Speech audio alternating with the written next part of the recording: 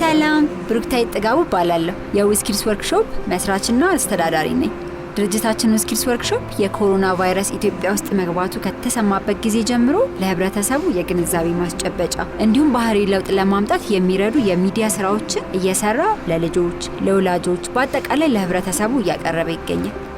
ዛሬ ደግሞ እኛ በቢሮአችን ውስጥ እንዴት በመካከላችን ርቀትን እንደምንጠብቅ ያለንን ተሞክሮ እናሳያችኋለን።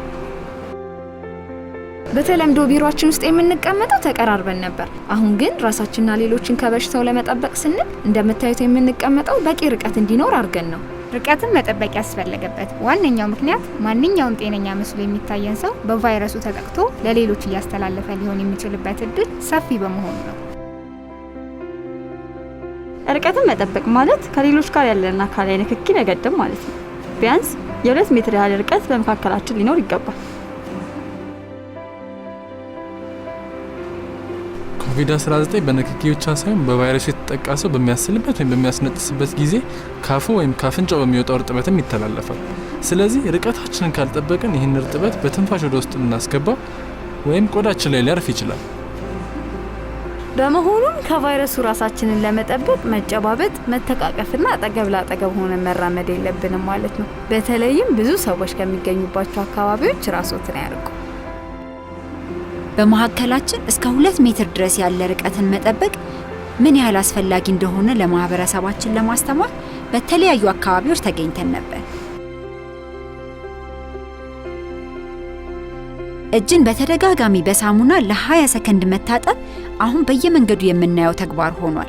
ይህም በጣም የሚያበረታታ ነው። ርቀታችንን ከመጠበቅ አንጻር ግን ብዙ ይቀረናል። እንደምታዩት በማህበረሰባችን ውስጥ አሁንም ድረስ መዘናጋት አለ።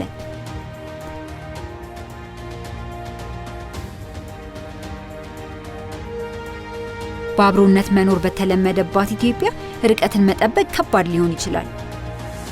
ነገር ግን ህይወትን ማትረፍ ይቀድማል። ስለዚህ ልምዶቻችንን መቀየር አማራጭ የሌለው መፍትሄ ነው።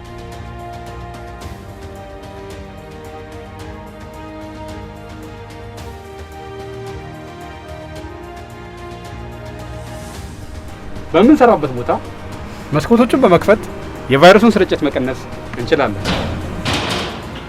እንዲሁም ከቤት ወደ ስራ በታክሲ በመመጣበት ወቅት መስኮቶችን በመክፈት የቫይረሱን ስርጭት መቀነስ እንችላለን። የባስ ወይም የታክሲ ሰልፍ ላይ በመሆንበት ወቅት በአጠገቤ ካሉ ሰዎች በቂ ርቀት እንዲኖረኝ አደርጋለሁ። እንዲሁም ሂሳብ ከመክፈሌ በፊትና በኋላ ሳኒታይዘር እጠቀማለሁ። በሚያስለኝ ወይም በሚያስነጥሰኝ ወቅት አፍና አፍንጫዬን በክንድ ይሸፍናል። ከሱቅ ዕቃ ስገዛ ርቀቴን ከመጠበቅ በተጨማሪ ከመግዛቴ በፊትና በኋላ እጄን በሚገባ ታጠባለሁ። የገዛኋቸውንም ዕቃዎች በሚገባ በአልኮል አጸዳለሁ። ፊቴን በፍጹም በእጅ አልነካም። እንዲሁም እጄን በቀን ውስጥ በተደጋጋሚ በሳሙና ቢያንስ ለ20 ሰከንድ እታጠባለሁ። ራሳችንና ሌሎችን ከኮሮና ቫይረስ ለመጠበቅ ከቤታችን አንወጣ። ግን ግዴታ ከሆነብን ርቀታችንን እንጠብቅ። እንዲሁም ሽፉን እንጠቀም። ከማንኛውም ሰው ቢያንስ 1 ሜትር ርቀት እንደዚህ መጠበቅ ቢቻል ደግሞ እስከ 2 ሜትር ድረስ በመካከላችን ያለውን ርቀት መጠበቅ ይኖርብናል። ይህ የኛ ፍልሚያ ነው። በአንድነት እንወጣዋለን።